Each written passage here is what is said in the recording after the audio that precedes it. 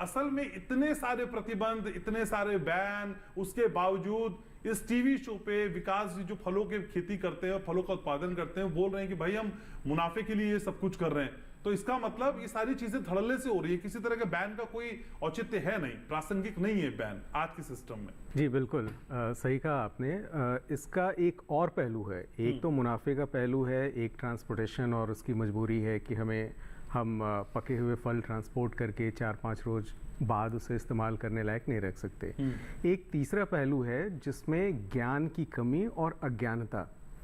इस चीज़ को भी हम अक्सर चर्चा नहीं कर पाते हैं। जैसे ज्ञान की कमी में ये होता है कि आप जब जैसे उदाहरण ले लेते हैं केले की फसल का, तो केले की फसल को कितनी बार कीटनाशक की आवश्यकता है और कितने मात्रा में आवश्यकता है, इस बात का जो ज्ञान है वो किसान जो आमतौर पे दरअसल उनको ये लगता है कि हम ज़्यादा से ज़्यादा कीटनाशक का अगर हम प्रयोग करेंगे तो हमारी फसल जो है वो ज़्यादा सुरक्षित रहेगी और उसमें दाग धब्बे नहीं आएंगे और उसका अच्छा मूल्य मिलेगा। ज़रूरत हमें क्या है, जैसा और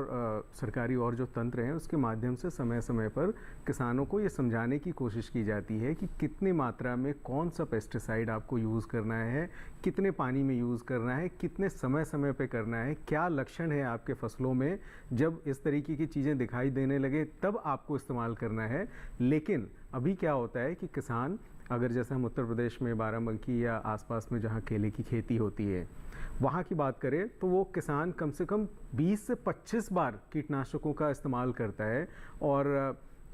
हम सभी जानते हैं कि जो कीटनाशक इस्तेमाल किए जाते हैं उसका 5 से 10% ही सिर्फ कीटनाशकों के ऊपर कारगर होता है, बाकी 90% जो होता है वो फल अब्जॉर्व कर लेते हैं और जब हम कोई भी व्यक्ति उसका सेवन करता है तो वो उसके शरीर पे प्रतिकूल प्रभाव डालता है। जैसे ही हम अपने डॉक्टर के पास पहुंचते हैं और डॉक्टर हमें कहता है कि आप हरी पत्तेदार साग सब्जियां खाएं, फल खाएं, डॉक्टर एक बात जरूर कहता है कि आप मौसमी फल खाएं और अपना जो स्थानीय फल है वो खाएं। लेकिन जब हम पढ़ते हैं